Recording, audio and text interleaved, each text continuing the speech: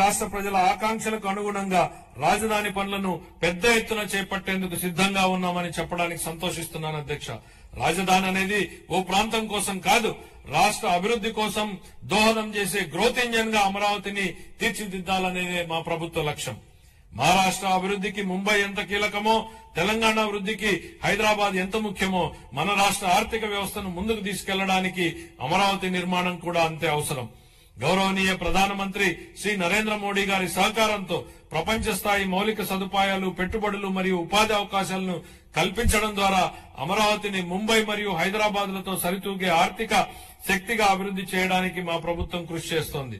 అమరావతిని విధ్వంసం చేసేందుకు నాటి పాలకులు చెప్పిన మాటలను ఈ సందర్భంగా గుర్తు చేయాలనుకుంటున్నా అధ్యక్ష. రాజధాని నిర్మాణం కోసం అంత డబ్బులు ఇవ్వలేం కాబట్టి 3 రాజధానులు ఏర్పాటు అన్నారు.